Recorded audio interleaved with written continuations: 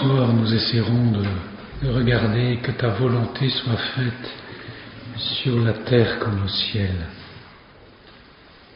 C'est important parce que d'abord c'est un verbe passif, que ta volonté soit faite, c'est-à-dire que soit accomplie ta volonté. D'une certaine manière, elle ne peut être accomplie que par lui. Et donc, d'une certaine manière, c'est presque dire à Dieu, défends ta cause. C'est presque une apostrophe un peu véhémente, que ta volonté soit faite sur la terre comme au ciel. Et rappelez-vous, dans cet évangile de la Samaritaine, nous avons eu récemment, après le retour des disciples, ils reviennent et ils disent à Jésus, Rabbi, mange. Et Jésus répond, j'ai à manger une nourriture que vous ne connaissez pas. Ma nourriture est de faire la volonté de celui qui m'a envoyé et d'accomplir son œuvre. Rappelons-nous qu'il y a dans l'Écriture 3 nourritures, qui sont les 3 nourritures de notre vie théologale. La nourriture de la foi, c'est la parole de Dieu. L'homme ne se nourrit pas seulement de pain, mais de toute parole sortant de la bouche de Dieu. La parole de Dieu nourrit la foi. Ma chair est la vraie nourriture. La nourriture, l'Eucharistie, et la nourriture particulièrement de la charité. Et accomplir la volonté du Père et la nourriture de l'espérance. Alors Jésus n'a pas l'espérance, bien sûr, mais il indique par là pour nous ce que c'est pour nous et quel est pour lui ce grand élan, ce grand désir. Et donc que ta volonté soit faite sur la terre comme au ciel, il faudrait d'abord regarder l'obéissance du Christ et ensuite notre obéissance en lui. Il y a une obéissance dans le cœur d'homme de Jésus. Il n'y a pas d'obéissance en Dieu, mais il y a une obéissance dans le cœur d'homme de Jésus. Qu'est-ce que l'obéissance ? Nous sommes malheureusement marqués, nous, par les idéologies modernes et qui voient beaucoup le rapport entre celui qui a autorité, et donc qui commande, et celui qui obéit, un rapport dialectique, la dialectique du maître et de l'esclave de Hegel. Et on a facilement psychologiquement ces dimensions-là. Alors que l'obéissance est une coopération. L'obéissance permet de faire une œuvre commune avec l'autorité et d'être, j'allais dire, 2 en 1 pour faire la même œuvre. Et donc l'obéissance nous élève, nous agrandit au regard et à la dimension de celui qui a autorité. Alors c'est sûr que dans l'ordre humain, l'obéissance, et surtout dans l'aspect du devenir, et l'obéissance, c'est surtout l'obéissance de l'enfant, mais dans l'ordre divin, il y a une obéissance toute notre vie. Ça montre d'ailleurs que l'obéissance chrétienne n'est pas que la vertu d'obéissance, qui est une vertu humaine, mais c'est un mystère. L'obéissance de Jésus est un mystère d'amour. Et l'Épître aux Hébreux souligne, en entrant dans le monde, il dit « Je suis venu, ô Dieu, faire ta volonté ». Dès le premier moment d'incarnation, dans le sein de Marie, l'enfant Jésus a dit je suis venu, ô Dieu, faire ta volonté. Parce que la différence de nous, l'enfant Jésus avait conscience d'être dans le sein de Marie.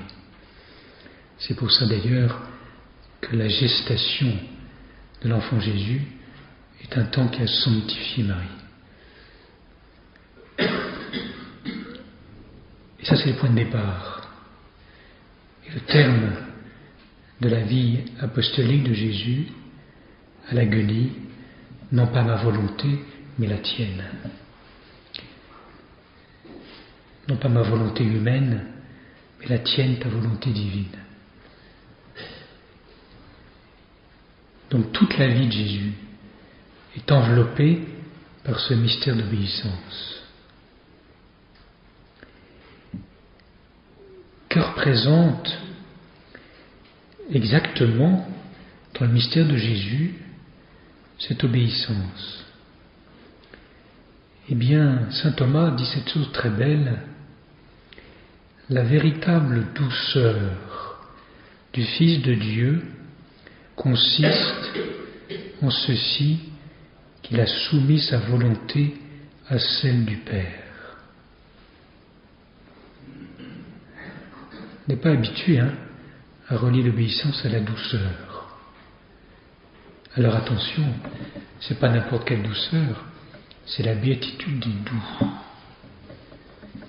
Et la béatitude des doux, vous savez que toutes les béatitudes sont reliées au don du Saint-Esprit. Elles relèvent du don de conseil. La croix est un mystère d'amour vécu totalement dans l'obéissance.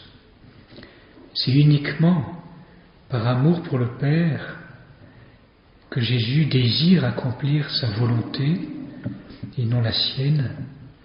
Alors comprenons, le Père n'a pas ordonné formellement à Jésus de mourir sur la croix.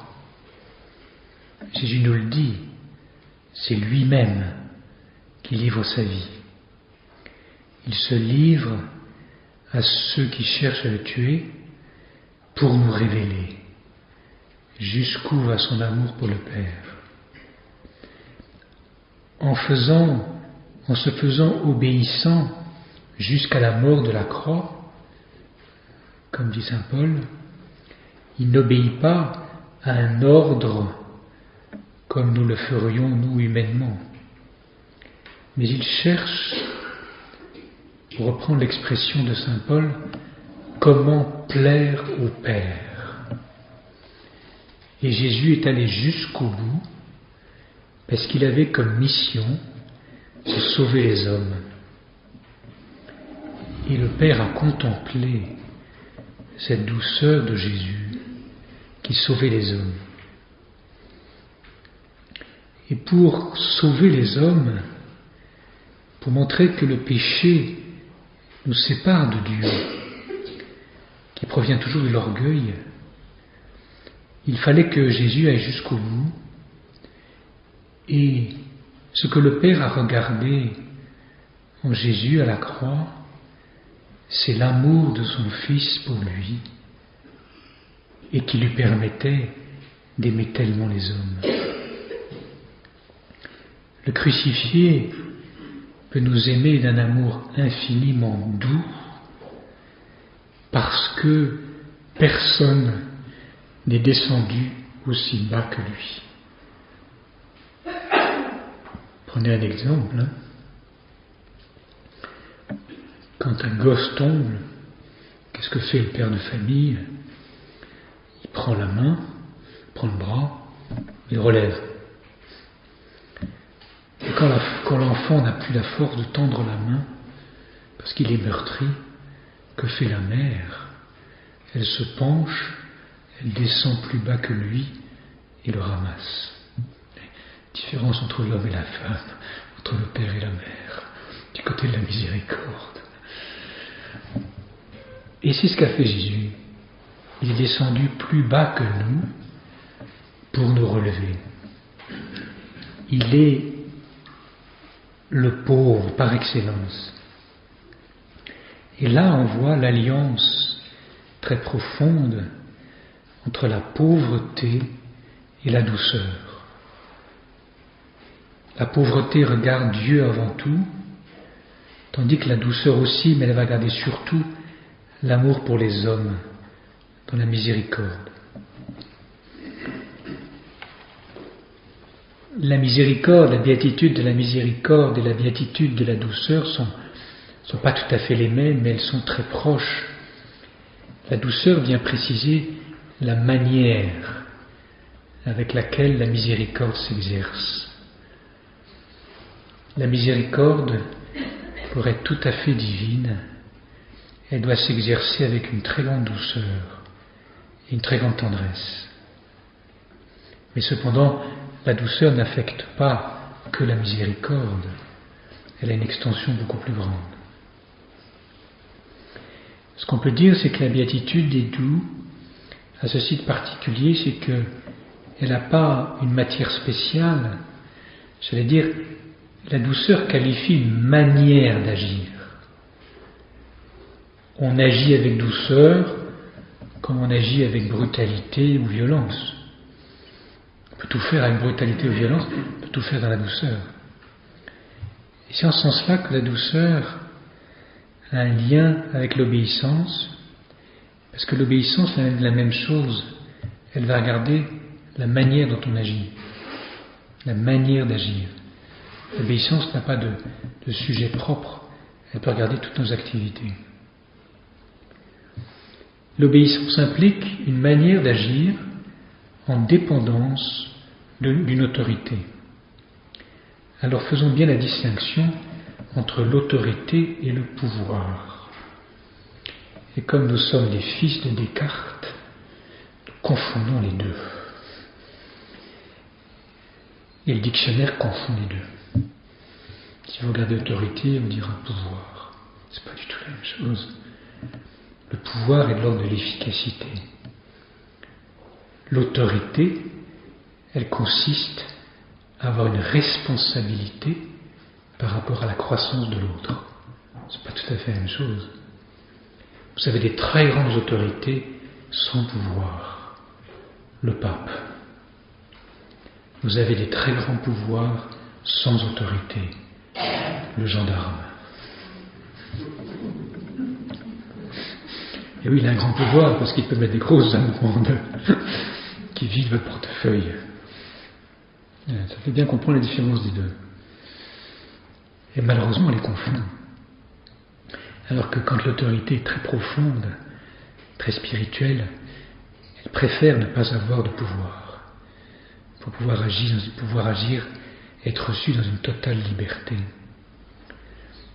Et agir en dépendance d'une autorité ne peut se faire parfaitement, donc obéir parfaitement, ne peut se faire que si ça se réalise avec douceur, parce que ça permet que l'ordre de l'autorité du supérieur ne nous apparaît plus comme extérieur et violent, et au contraire comme notre bien le plus profond. Vous voyez, je redis ce que j'ai dit au début, entre celui qui a autorité et celui qui obéit, il y a d'abord une unité d'intention, une unité de vouloir. Ils veulent faire une œuvre ensemble. Et ensuite, deux modalités différentes, l'un en commandant, l'autre en exécutant. Mais ce que Marx a oublié, c'est qu'il y a d'abord une unité. Il n'y a pas d'abord une opposition dialectique du maître et de l'esclave, c'est pas vrai. Et rappelons-nous, pour bien comprendre cette douceur qui doit caractériser cette attitude de celui qui obéit divinement, ce qu'est la violence. Et violence qui ne fait pas partie de notre être. C'est ce qui vient de l'extérieur et nous blesse. Et plus nous sommes vulnérables, et plus nous sommes capables d'être violentés. Vous savez, il y a des peaux un peu rugueuses que rien n'attaque, que les heurts ne blessent pas du tout. Puis il y a des peaux très fines qu'un rien écorche et fait saigner. C'est la même chose pour la sensibilité intérieure du cœur.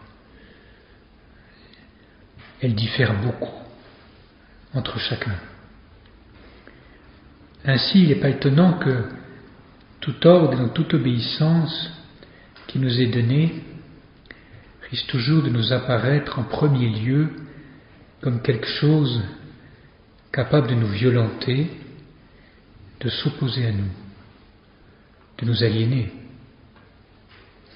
La seule manière de recevoir un ordre avec douceur, je parle bien sûr par rapport à quelqu'un qui a une autorité venant de Dieu, c'est de recevoir cet ordre comme venant de Dieu.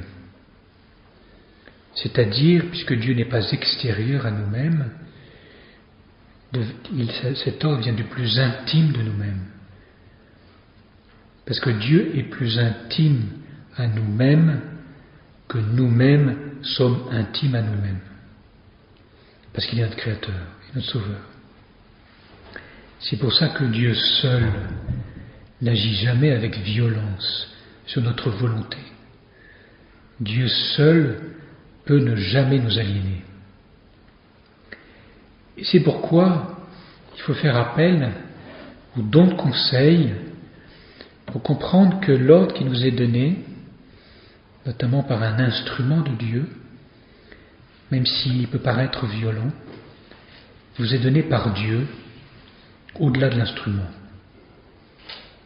Et Dieu se sert de cet instrument pour orienter notre activité, notre exécution, selon sa volonté. Grâce au don de conseil, l'obéissance se réalisera avec douceur.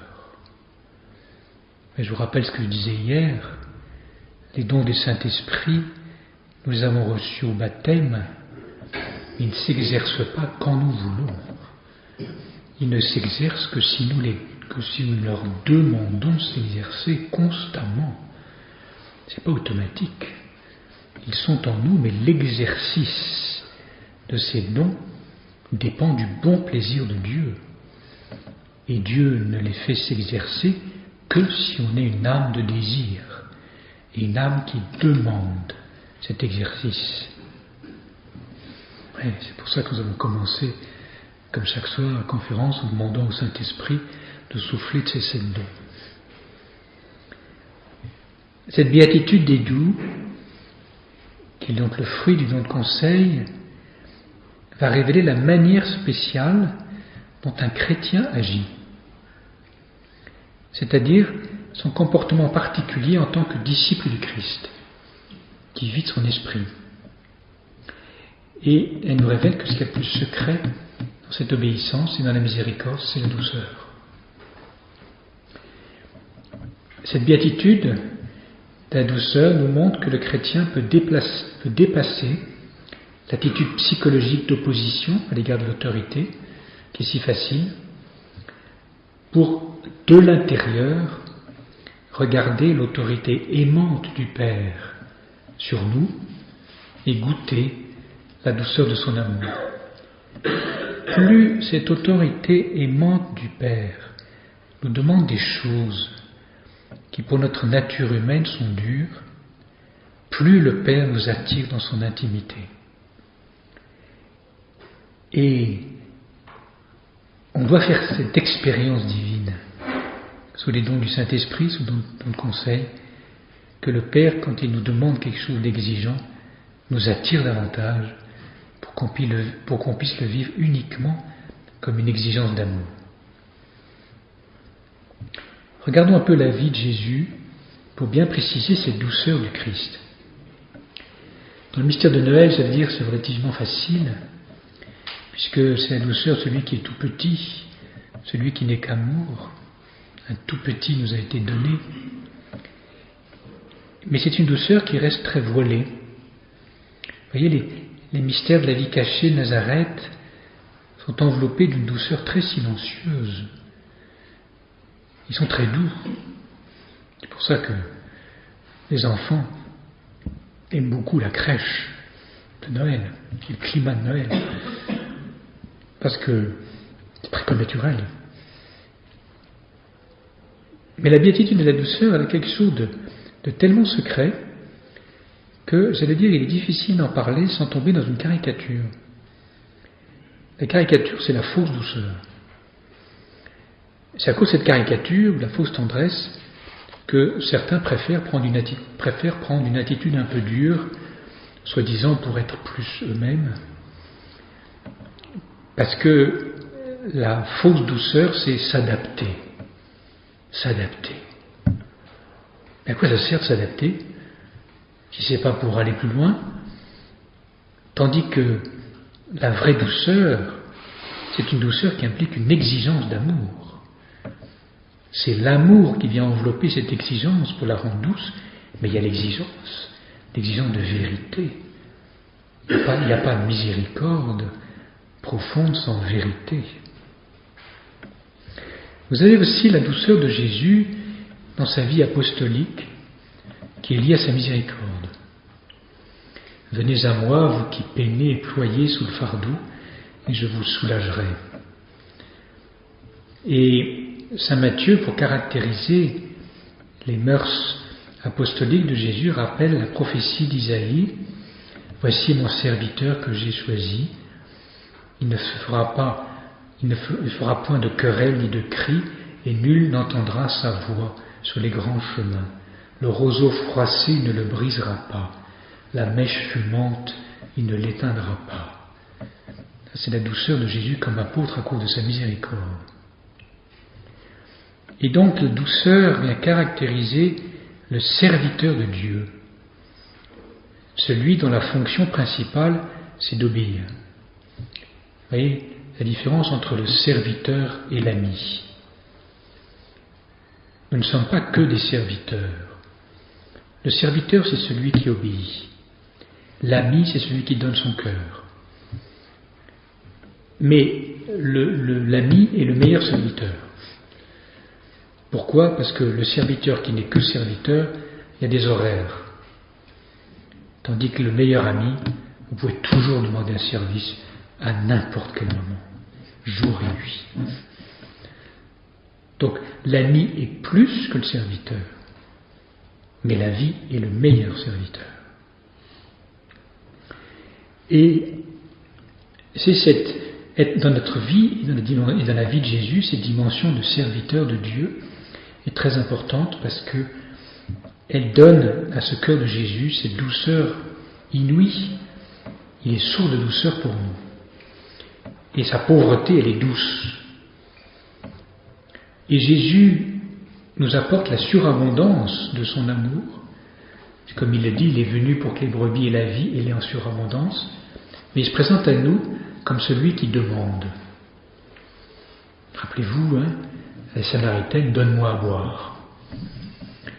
Demander pour donner, ça veut dire être misérable pour faire miséricorde, c'est la manière la plus douce de donner. C'est la manière la plus délicate d'exercer la miséricorde. C'est en le faisant en demandant. Parce que ça évite que ce soit une miséricorde qui humilie celui qui la reçoit, mais qui au contraire l'exalte en lui permettant de faire un acte de miséricorde à l'égard de celui qui dépasse la Samaritaine infiniment. Voyez, cette douceur si humble de Jésus permet à Jésus d'être victorieux de la dureté de nos cœurs de pierre qui se referment sur eux. Le temps du carême doit être un temps où on perçoit mieux la dureté de notre cœur, de pierre. Eh bien, c'est par sa douceur que Jésus va en être victorieux, et c'est par sa douceur qu'il est aussi victorieux de notre orgueil qui ne veut pas demander. Le péché dominant, c'est l'orgueil. Il s'arrêtera un quart d'heure après notre mort. Et par cette merveilleuse pédagogie de la douceur, le Christ nous apprend à aller vers lui, pour que nous puissions vivre de sa miséricorde, de son amour, puisque la miséricorde est ordonnée à l'amour. Et Jésus veut qu'à la fois on soit ses serviteurs, ses amis, mais aussi qu'on ait toutes les audaces de l'ami, les délicatesses, les initiatives de l'épouse. Et sachant combien ces mœurs sont très éloignées des nôtres, même si nous sommes vertueux, eh bien, Jésus prend lui-même l'initiative et devient mendiant, comme à l'égard de la Samaritaine. Il est à l'égard de chacun de nous. Donne-moi à voir, c'est ce qu'il nous dit constamment. Mon fils, donne-moi ton cœur. Et ce faisant, il transforme notre cœur de pierre en cœur de chair. Vous voyez, la douceur du Christ s'oppose à la violence, mais elle n'a rien de mièvre, de faible ou de naïf. Et pour cela, rappelez-vous l'intransigeance de Jésus à l'égard des pharisiens, scribes et pharisiens hypocrites qui fermaient aux hommes le royaume des cieux, engeance de vipères, génération mauvaise et adultère. Il n'y a rien de mièvre dans la miséricorde de Jésus. Même à l'égard de Pierre, arrière, retire-toi de moi, Satan. La douceur de Jésus se fonde donc sur une très grande force. Il faut être très fort pour être très doux. Sinon, c'est une douceur gélatineuse qui est insupportable. C'est la caricature de la douceur. C'est invivable. Et d'une certaine manière, est-ce que la douceur, est-ce qu'elle n'est pas le sommet de la force? C'est-à-dire l'épanouissement ultime d'une âme forte dans l'amour. Je dis bien dans l'amour. La douceur du Christ se manifeste aussi quand il donne, mandaté par le Père, la loi nouvelle qui achève celle de Moïse, le législateur. Moïse, qui n'était pas n'importe qui quand même, l'Écriture dit, il était un homme fort doux, plus qu'aucun homme qui fût sur la face de la terre. C'est Moïse, c'est l'Écriture qui le dit. Vous savez, vous avez aussi ce passage, lorsqu'on vient annoncer que Eldad et Médad prophétisaient, et José dit à Moïse, mon Seigneur, empêche-les. Il ne faisait pas partie de ceux qui devaient prophétiser. Et Moïse répond, serais-tu jaloux pour moi? Ah, puisse tout le peuple de Dieu être prophète, le Seigneur leur donnant son esprit. C'est magnifique, là, la douceur de Moïse, qui préfigure la douceur de Jésus. Et cette douceur de Jésus, rappelez-vous, voici que ton roi vient à toi plein de douceur, monté sur une ânesse. Le Christ nous donne une douceur unique, et la loi qu'il nous donne n'est plus une loi écrite sur des tables de pierre, c'est une loi tout intérieure, écrite en nos cœurs par la vertu de son sang, et dont la signification nous est révélée par l'Esprit Saint. Cette loi tout intérieure ne bannit pas la loi ancienne qui est sainte, puisqu'elle vient de Dieu, mais elle la dépasse en mettant l'accent non plus sur une application méticuleuse et matérielle, mais sur l'esprit d'amour avec lequel nous devons l'observer. Contentons-nous bien souvent de vivre des commandements, vous voyez. Ce qui caractérise le chrétien, c'est pas de vivre les commandements. Vivre des commandements, c'est ce qui caractérise l'ancienne alliance. Ce qui caractérise les chrétiens, c'est de vivre des béatitudes. C'est plus exigeant. Et ça implique un esprit particulier, c'est le don. Si la béatitude de la douceur apparaît donc durant toute la vie cachée de Jésus, durant toute sa vie apostolique, c'est à l'agonie, à la croix, qu'elle se manifeste de façon tout à fait particulière, et on peut mesurer la force d'âme de Jésus, qui en fait le martyr par excellence. Mais cette force d'âme, cette patience, Jésus les exerce dans la douceur de l'agneau. L'agneau, c'est un animal doux. Et à travers les souffrances, à travers les tristesses, le cœur de Jésus nous montre sa douceur infinie. J'allais dire, c'est dans l'épreuve, c'est dans la souffrance qu'on voit si la douceur est parfaitement vraie.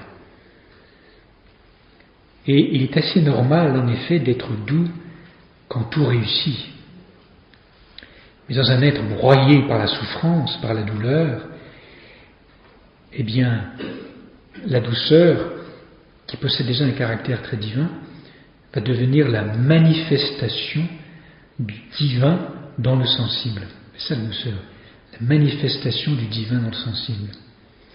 Souvent, la souffrance qui vient de la violence engendre en nous l'amertume. Or, celle-ci durcit le cœur de l'homme. L'amertume rend le cœur dur. Elle empêche alors de souffrir plus. Vous savez bien, la propriété, la conséquence et la propriété de l'amour, c'est qu'elle nous rend vulnérables. Plus vous aimez, plus vous êtes vulnérable. Et plus vous êtes vulnérable, plus vous pouvez pâtir. Et la tentation, je dis bien la tentation, c'est de moins aimer pour être moins vulnérable, pour moins pâtir. C'est une tentation. Et l'amertume, d'une certaine manière, elle implique un certain refus de souffrir. On se cache derrière, on referme la plaie pour éviter la souffrance, pour s'en défendre. Et plus on cherche à l'éviter, plus on durcit son cœur. L'amertume et le mépris sont les deux grandes tentations de la souffrance qui, j'allais dire, nous empêchent de boire le calice jusqu'à la vie. S'il faut être doux pour accepter de souffrir, une douceur divine, il faut néanmoins accepter d'aller au bout des exigences de la souffrance pour que celle-ci en purifie notre cœur, permette à la douceur de s'en emparer plus profondément. Et la souffrance liée à l'amour, ou plutôt l'amour lié à la souffrance, vient purifier notre cœur et l'approfondit et augmente sa capacité. On ne cherche pas la souffrance, c'est évident. Mais quand elle est là, il ne s'agit pas de l'éviter à tout prix. Parce que tout dépend comment elle est vécue. Mais elle peut avoir un fruit pour notre cœur qui est un fruit très divin. Alors, si la douceur s'empare de notre cœur plus profondément, à travers la souffrance, alors elle peut être dépassée, cette souffrance, et elle peut être mise au service de l'amour. Vous voyez, pensez à la manière dont Jésus reçoit le baiser de Judas. La manière dont il se livre à la corde. Pour le cœur de Jésus si aimant, ça doit être terrible. Eh bien, cette douceur dans l'attitude de Jésus est le signe que l'amour divin qui est en lui, et qu'il brûle tout, et elle est le signe de la douceur intérieure en laquelle il se donne à son Père. Le Christ est infiniment doux dans sa miséricorde parce qu'il est infiniment doux dans son sacrifice. Normalement, un sacrifice implique toujours une violence, et la mort est violente. Mais quand elle est vécue, cette mort en dépendance de cette volonté du Père, elle est vécue tout à fait différemment. Dans le sacrifice de la croix, la violence n'est qu'extérieure. Elle touche les gestes des bourreaux, c'est sûr, mais intérieurement. C'est un grand mystère de douceur dans le cœur du Christ. Tout se termine dans le mystère de la croix, dans la douceur du cœur du Christ. Au milieu des voix discordantes, la douceur du Christ assume la violence extérieure et la transforme. Et c'est dans la violence ainsi de la flagellation, de la crucifixion, de la jalousie, de la haine des princes, des scribes, des pharisiens, qu'apparaît d'une manière très spéciale la douceur de Jésus. Cette douceur, je vous disais, ne peut être vécue qu'en dépendance du don de conseil. Parce que le don de conseil vient transformer notre regard, notre jugement. Normalement, nos activités humaines sont en dépendance de la prudence humaine. La prudence humaine, c'est une vertu intellectuelle qui s'acquiert progressivement toute notre vie et qui permet d'avoir des actes humains en dépendance de ce regard humain prudentiel, qui est un regard qui à la fois porte sur la finalité de notre vie et les moyens en vue de la fin. C'est ça la prudence. Normalement, notre vie humaine est en fonction de la prudence. Comme chrétiens, nous ne pouvons pas nous contenter de vivre notre vie en dépendance de la prudence humaine. Nous devons la vivre en dépendance d'une prudence divine, c'est-à-dire le regard du Père sur notre vie. Nous ne sommes pas habitués à ça, mais c'est capital. Sinon, on vit comme des païens. Et c'est là que intervient le don de conseil. Le don de conseil, c'est une supplie qui souffle, vient transformer notre prudence en une prudence divine qui est le regard du Père sur notre vie. Sous le souffle du don de conseil, la lumière qui nous permet d'agir est surélevée et elle nous permet de voir ce que nous avons à faire comme Dieu le voit. C'est ça le don de conseil. Et parmi la prudence, il y a plusieurs actes, notamment le commandement, et le don de conseil nous permet de recevoir un commandement de quelqu'un qui a une autorité comme directement le commandement de Dieu. C'est un commandement d'amour et c'est pour ça qu'il est reçu dans la douceur. Donc le don de conseil nous apprend à recevoir non seulement les commandements de Dieu dans la douceur, mais aussi les commandements de ses serviteurs, de ses instruments. Et c'est pour ça que on comprend qu'à ce moment-là, que l'instrument est complètement dépassé par quelqu'un derrière lui, qui n'est pas derrière lui, d'ailleurs qui est en lui, qui est Dieu. Et c'est pour ça qu'à ce moment-là, il y a comme une souplesse divine en nous.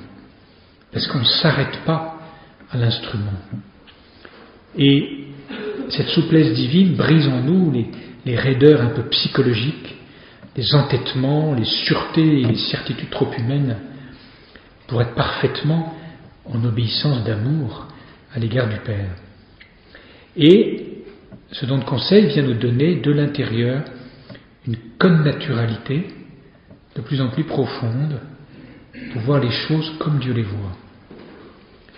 Et par là, ce don nous introduit dans la douceur du gouvernement de Dieu sur nous. Parce que Dieu ne veut pas seulement qu'on exécute une tâche. Mais ce qui est un peu, là encore, parce que nous sommes des fils de Descartes, pour nous, la volonté, quand on dit que ta volonté soit faite, la volonté, on va dire, c'est premièrement une volonté d'efficacité. Et donc Dieu, il y a quelque chose qui soit fait, et c'est ça qui compte, et le reste, c'est pas vrai. C'est une volonté d'amour qui assume une efficacité, une volonté d'amour. Alors que Descartes ramène la volonté uniquement comme puissance d'efficacité. Il ramène l'amour au sentiment. Conséquence désastreuse jusqu'aujourd'hui. Alors que la volonté en nous, elle est d'abord la capacité d'aimer. Ensuite, capacité d'efficacité. Rappelez-vous quand vous étiez fiancés. Pour certains, ça fait quelques années.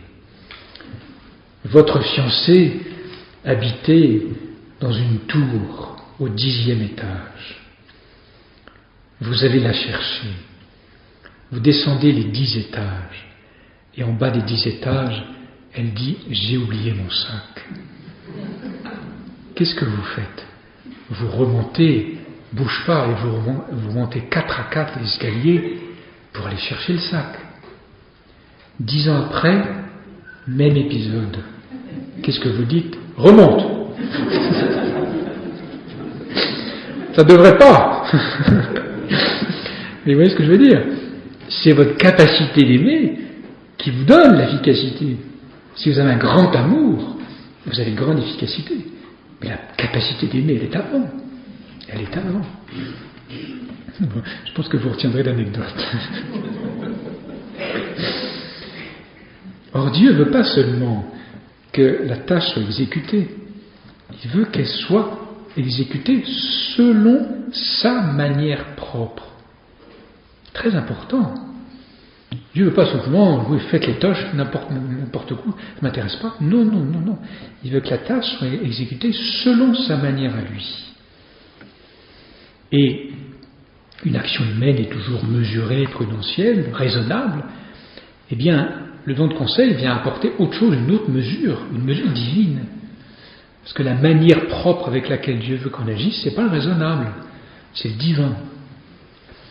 Et cela va s'exercer d'une manière très spéciale dans notre vie à l'égard d'un commandement très spécial qui est le commandement de la charité fraternelle.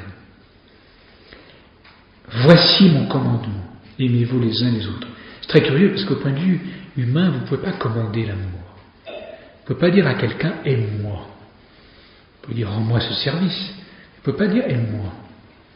S'il y a un commandement de la charité fraternelle, c'est bien parce que ce n'est pas un amour humain, c'est un amour divin. Et donc, l'obéissance à Dieu et le don de conseil vont jouer très spécialement du côté de l'exercice de la charité fraternelle.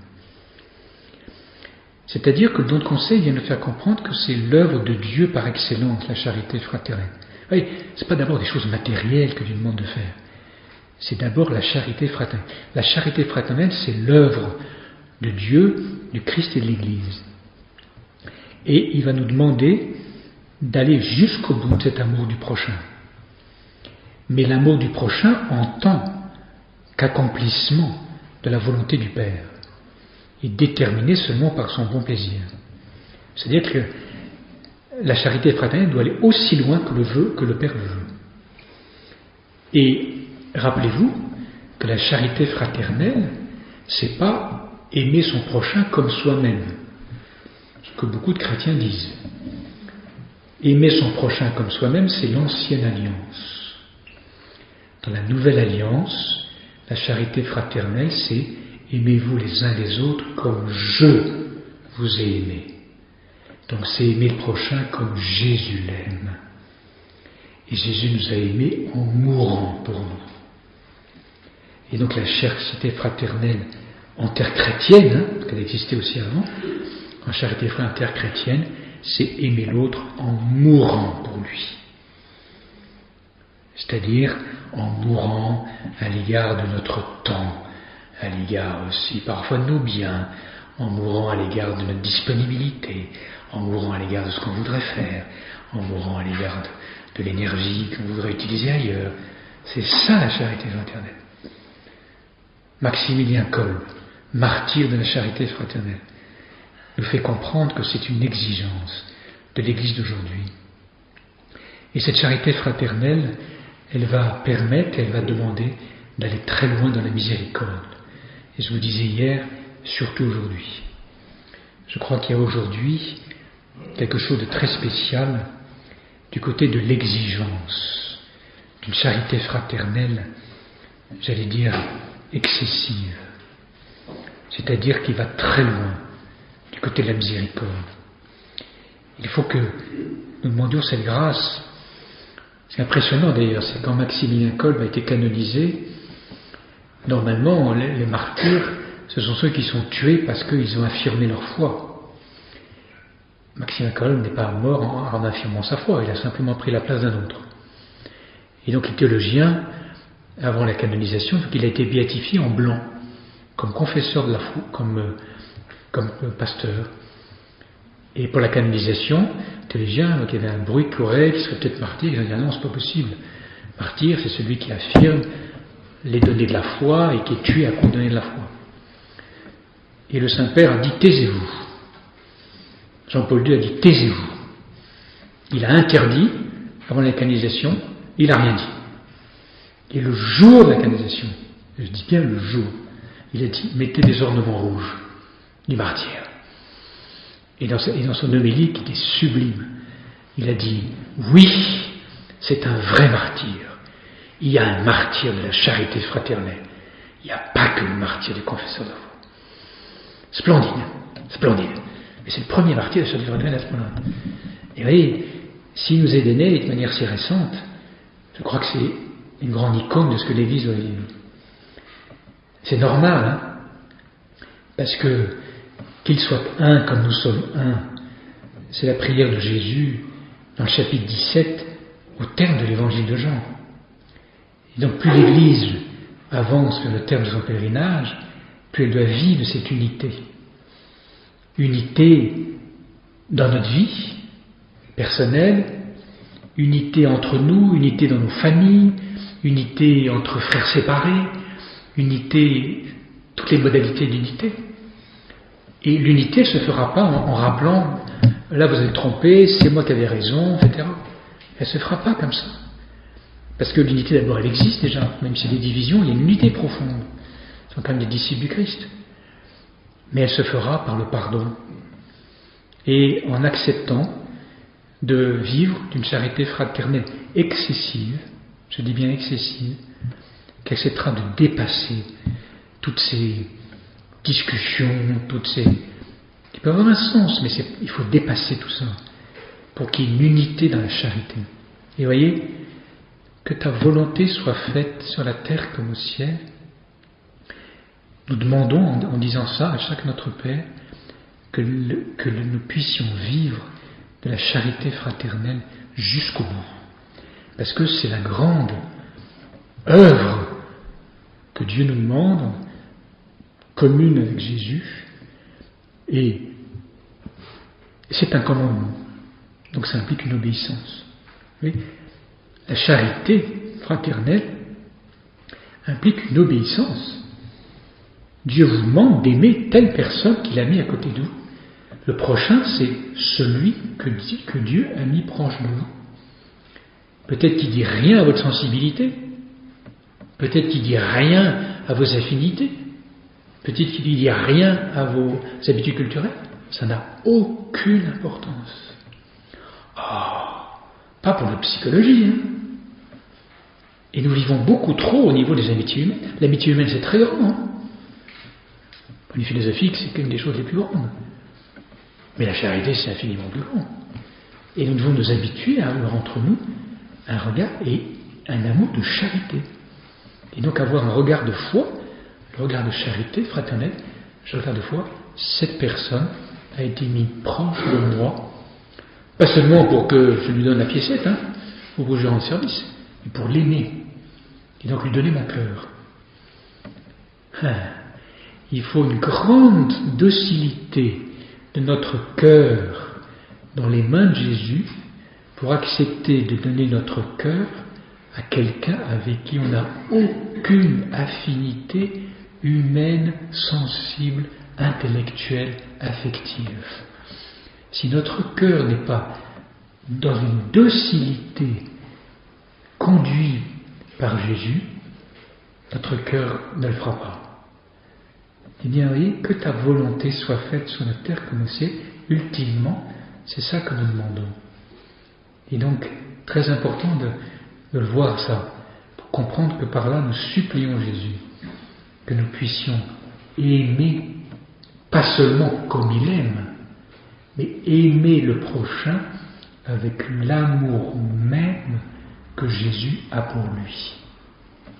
C'est infiniment grand.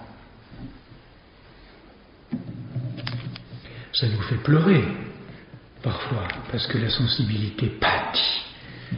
Mais divinement, ça agrandit notre cœur d'une manière telle que notre cœur devient source de charité. Que notre pauvre cœur humain, par Jésus, devienne source de charité divine, de la charité, c'est-à-dire de l'amour avec lequel Dieu nous aime. C'est quand même le cadeau royal que Jésus nous fait. Et c'est pour l'éternité.